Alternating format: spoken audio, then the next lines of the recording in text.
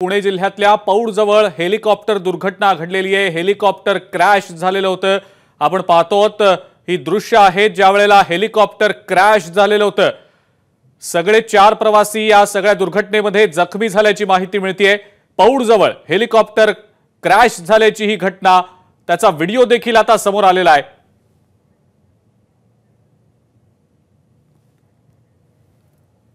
हवाई तज्ञ मंदार भारदे सर आपल्या सोबत आहेत सध्या, त्यांच्याकडनं या संदर्भातली माहिती आपण जाणून घेऊया। मंदारजी, हेलिकॉप्टर क्रॅश झालंय, 4 जण होते, 2 जण गंभीर असल्याचं समजतंय, काय नेमकी कारण वाटतायत हेलिकॉप्टर क्रॅश होण्याची? आता जी व्हिडिओ आपल्याला दिसताय त्याच्यातून एक लक्षात येतं की आणि सगळेच जण आता आपण रिपोर्टही पाहिलं तर वेदर खूप खराब आहे। मला आता जी प्राथमिक माहिती माझ्याकडे आहे त्यानुसार हे हेलिकॉप्टर हैदराबाद जुहू या रूट मध्ये ऑपरेट करत होतं आणि हे बहुतांश सगळेजण जे आहेत ते त्याच्यावर क्रू आहेत। सो एका फ्लाईटसाठी किंवा दुसऱ्या फ्लाईटसाठी म्हणून एका बेसवरून दुसऱ्या बेसला शिफ्ट होत असणार असं प्राथमिक दिसतंय। वेदर खराब आहे त्यामुळे आता बरीचशी डिपार्चर्स या रिजन मधली जी हेलिकॉप्टर्सची आहेत ती कॅन्सल झालेली होती। हे ऑगस्टा 139 या प्रकारचं ग्लोबल विक्ट्रा कंपनीचं हेलिकॉप्टर आहे।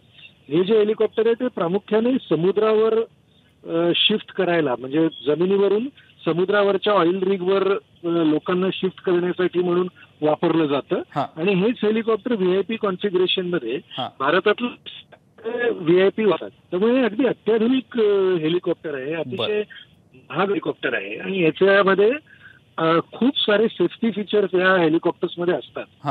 आता फार बेसिक म्हणजे काही व्हिडिओ सोडले तर अजून माहिती आलेली नाही की नक्की कशामुळे झालंय आणि काय झालंय, त्यामुळे आता त्याच्यावर कमेंट करणं इट्स टू अर्ली।